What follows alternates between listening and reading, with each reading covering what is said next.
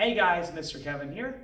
Okay, on this video, we're going to be working on combinations we can throw with the uppercuts. We're just going to go over a few today, but this way we can round out our workout. Okay, so make sure you watch the mechanics video and then the one with movement.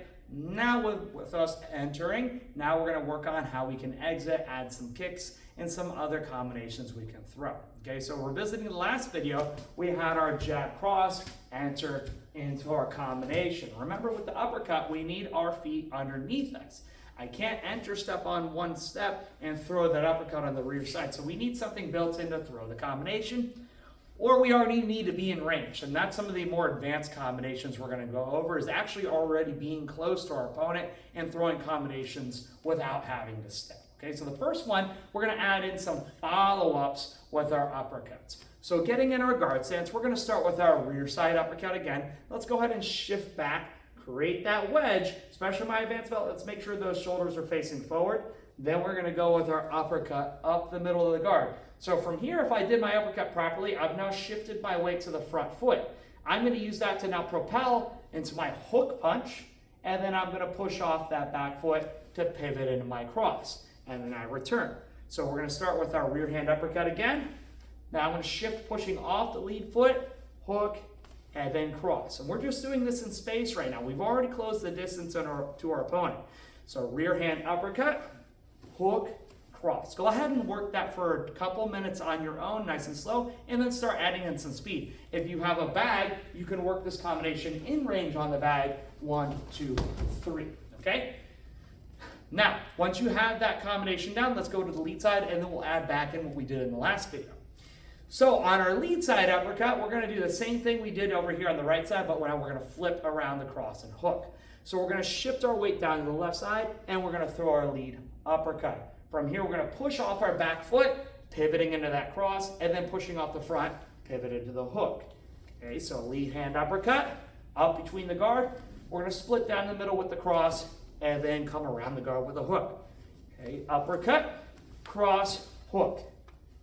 Uppercut, cross, hook. Go ahead and work that one on your bags or to the air shadow work style for about a minute, and then go ahead and combine both combinations. So rear uppercut, hook, cross, lead uppercut, cross, hook. And here we're just doing this in place. We're not adding any enter or exit motions. We're just going back and forth with those combinations.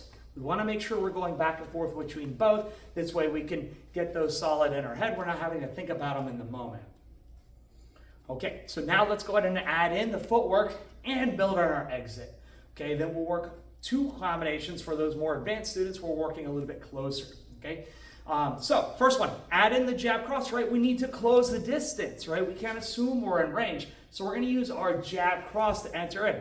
Now, I'm either going to pick my left or right side uppercut. I'm going to shift to that side, uppercut, follow up with that hook cross, and now I'm going to exit with my roundhouse kick. Make sure you pivot fully, chamber, extend, re-chamber back down, and then push off that foot to exit.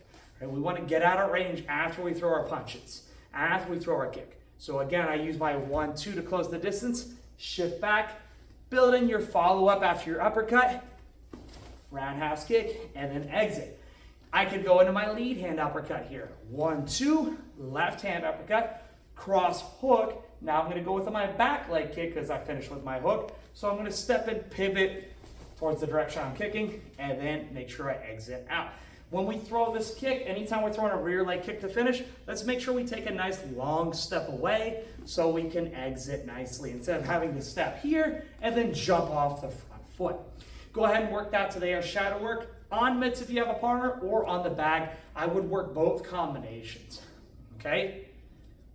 Now, the last combination that we're gonna do is we're gonna be working close range here for my advanced belts, okay? So, and definitely my teens and adults if you guys are watching this. So we're gonna start in range. Now, when I'm almost glove to glove on my partner, I'm gonna have to work around the guard. So we're gonna start with a hook. So we're already moving our head. I'm gonna shift my left, hook, then I'm going to shift back, uppercut, finish with my hook, and then rear leg kick. So again, I'm going to face this time, you guys. I'm going to shift, hook around the guard, uppercut between, hook around again, roundhouse kick, exit. Maybe I want to stay close or I don't have room for that roundhouse kick. I finish with a thrust knee. So we're going to go hook, uppercut, hook, knee. Okay, hook, uppercut, hook, knee. And notice again, I'm not entering. I'm already in range. Maybe I use that 1-2 to get in. Now I'm here close. I want to stay close to my opponent. So I'm staying as close as I can to the bag. If they retreat, they move back and give me space, then we transition to a different combination.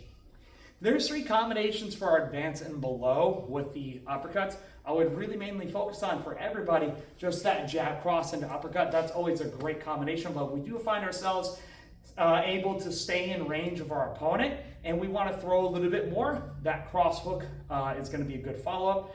Or if we're staying real close and we don't have enough space to throw the cross, or we're choosing to stay close, we're going to work our way around the guard. Okay? Check out the next video for some black belt level combinations that everybody can work at home. But make sure you guys keep coming back and practicing the basics. I'll catch you guys next time.